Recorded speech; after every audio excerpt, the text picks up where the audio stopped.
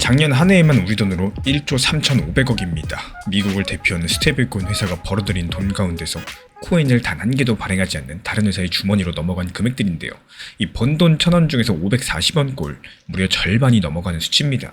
근데 이 이상한 영수증 한정이 지금 우리 주식시장에서 스테이블코인 수혜자라고 들썩이는 종목들의 가격을 처음부터 다시 계산하게 만들고 있습니다.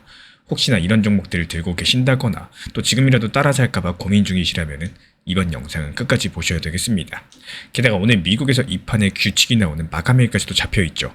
왜 하필 지금 이 얘기를 말씀을 드리는지, 그리고 저 영수증이 왜 우리 계좌랑 연결될 수 있는지 지금부터 하나씩 풀어드려 보도록 하겠습니다. 먼저 오늘 밤입니다. 미국 스테이블코인 규제가 확정된다라고 하는데요. 이건 먼저 말씀드리자면 절반만 맞는 말입니다. 이 스테이블코인이 뭐냐? 값이 오르고 내리지 않게 실제 돈, 달러의 1대1로 묶어둔 코인이죠. 미국 코인들은 미국 돈에 묶여있다 보니까 한 개가 우리 돈으로 1,490원 정도에 고정되어 있다, 이렇게 보시면 되겠습니다. 그리고 이 코인만 따로 다루는 법을 미국이 작년 여름에 만들었었죠. 저희 신사 채널에서도 몇 번 말씀을 드렸었는데 바로 지니어스 법입니다. 그러니까 법 자체는 이미 1년 전에 통과가 됐었고, 그럼 이런 상황에서 오늘 밤엔 뭐가 나오느냐? 법을 실제로 굴리기 위한 세부 규칙들입니다.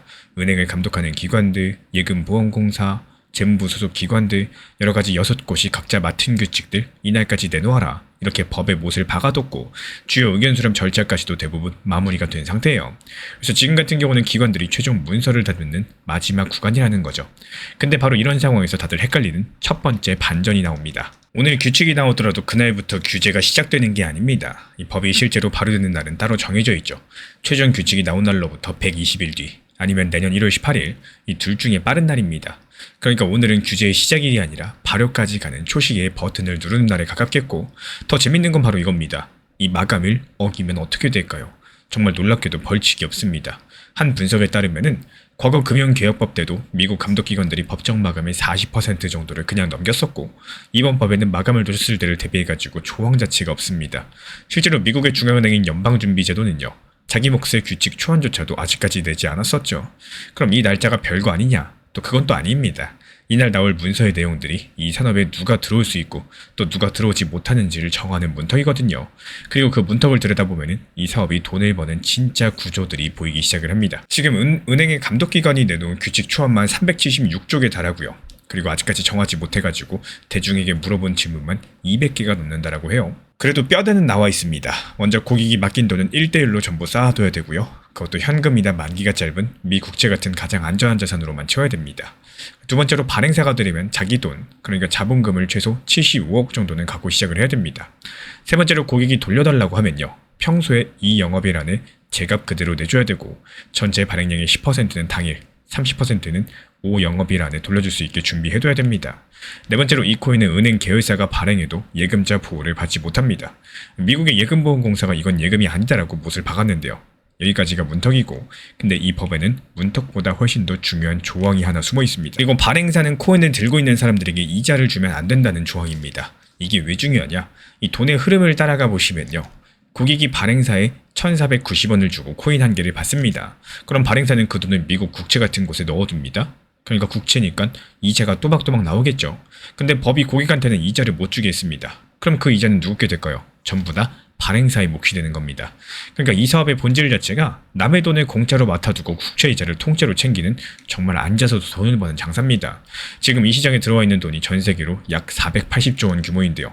미국 입장에서 봤을 때 자기네 국채를 사주는 새로운 큰손들이 생기는 구조다 보니까 법까지 만들어가지고 이 판을 키워주고 있는 이유 짐작이 가시겠죠. 그렇다면 발행사는 앉아서 돈을 쓸어담겠다.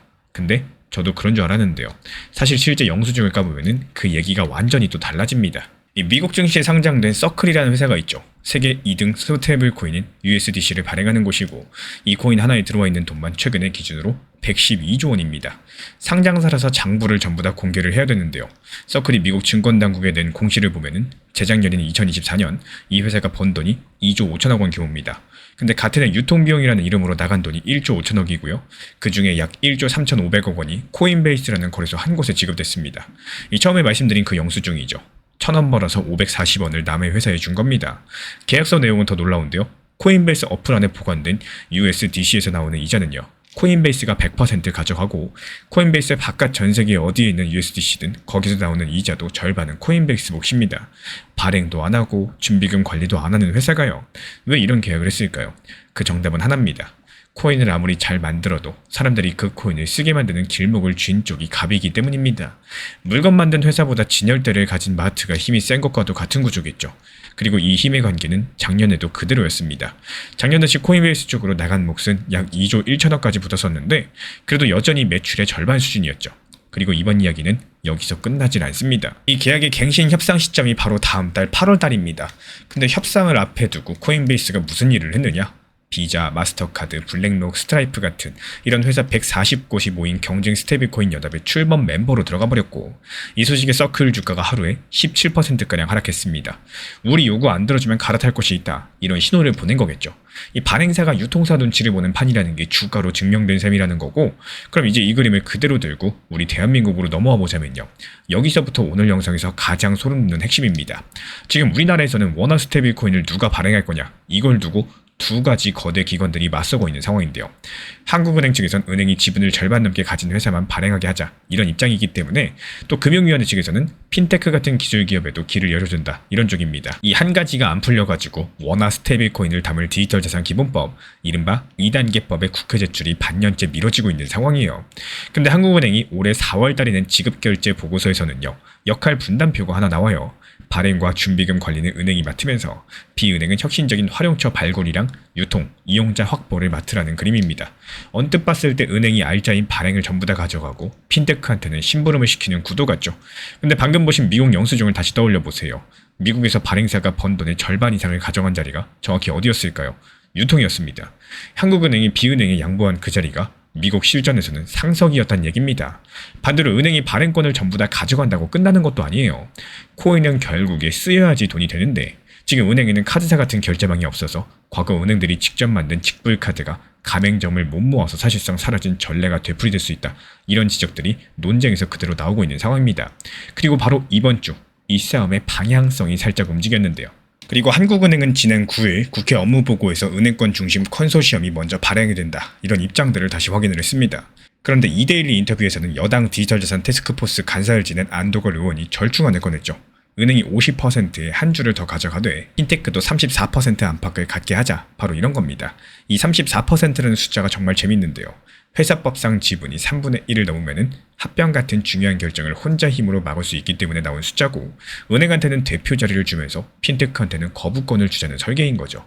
이 대목은 재해석이 조금 섞이는데 이 싸움의 주제가 누가 발행하느냐에서 지분을 몇 대 몇으로 나누느냐로 넘어갔다는 것은 이 판이 대치 국면에서 협상 국면으로 이동하고 있다. 이런 신호로 읽어볼 수가 있겠습니다. 그럼 이제 제일 중요한 질문이 남았죠. 지금 오르내리는 그 수혜주들 과연 어떻게 보셔야 될까요? 저는 이 종목들이 지금 가격에 빈칸이 2개 뚫려 있다고 보고 있습니다. 첫 번째 빈칸은 법이 아직 없죠. 누가 발행 자격을 얻을지 아무것도 정해지지 않았습니다. 두 번째 빈칸은 더 큰데요. 설령 발행 자격을 따내도 그 사업에서 얼마가 남는지를 정할 만한 수익 배분 구조가 없습니다. 서클처럼 번 돈의 절반 이상을 유통 파트너에게 내줄 수도 있는 거고 거꾸로 결제망을 준 회사가 발행 없이도 이자의 절반을 가져오는 승자가 될 수도 있습니다. 매출 계산 자체가 불가능한 상태의 가격. 이게 바로 기대의 가격인데 확인된 건 딱 여기까지고요. 그래서 기대감만 보고 따라가는 매수는 이 빈칸들이 지어지는 순간 얼마든지 되돌려질 수 있다는 거예요. 리플 XRP 투자에 있어서 이제는 투트랙 전략이 반드시 필요해지고 있습니다. 무턱대고 몰빵하거나 반대로 또 손 놓고 기다리는 시대는 끝났어요. 첫 번째 트랙은 매달 분할 매수하시면서 시장이 빠지든 말든 일정 비중으로서 리플을 꾸준히 모아 나가시는 겁니다. 이거는 시간과 리스크를 분산할 수 있는 가장 효율적인 전략인 거고 그리고 두 번째 트랙은 남은 현금 비중으로 알트코인 단타로서 굴려나갑니다. 수익이 나면은 그거를 다시 리플에 재투자하시면 되는 거고 이게 바로 수익을 만드는 순환 매수 전략이 되실 거예요. 그런데 여기서 중요한 거는 단타 하실 때 조심하셔야 되는 거예요. 단타 매매 중독되면 끝장입니다. 이 매매 중독을 절대 조심하셔야 되는 거고 예를 들어 가지고 시장이 과열인데도 지금 아니면 기회가 없다. 이런 조급한 생각에 RSI 지표가 이미 고점인데도 불안해서 또 들어가고 결국에 수익은 그냥 손실만 쌓이게 되실 겁니다. 그래서 저희 채널 차원에서는 한 가지 원칙이 있습니다. 확률이 높은 날만 진입을 하세요. 그리고 시장 전체가 과매도 구간일 때, 비트코인 기준 RSI가 바닥을 찍을 때, 그때 알트코인 중에서 최근 거래량이 급등한 종목이 과매도의 경우 MACD, 볼린저 밴드, 이동평균선과 일목균형표 참고해서 신중하게 매수 진입 타점 들어갑니다. 그리고 그 외에는 아예 매매를 쉬는 날도 반드시 있어야지 진짜 단타인 거고, 그렇다면 이걸 어떻게 구별할 수 있는지 궁금하실 거예요. 여기서 챗 GPT가 등장을 합니다. 저희는 챗 GPT를 단순한 도구로 쓰지 않습니다. GPT한테 오늘 확률 높은 진입 타이밍이냐 이렇게 물어볼 수 있게 맞춤 프롬프트를 사용을 하는데요. 그리고 그 결과에 저의 실전 매매 노하우 30%를 덧붙여가지고 GPT 시그널을 보완합니다. 어떻게 하는지 궁금하신 분들 GPT 검색력과 활용 전략을 이용해가지고 이 두 가지를 한 방에 알려드리고 있습니다.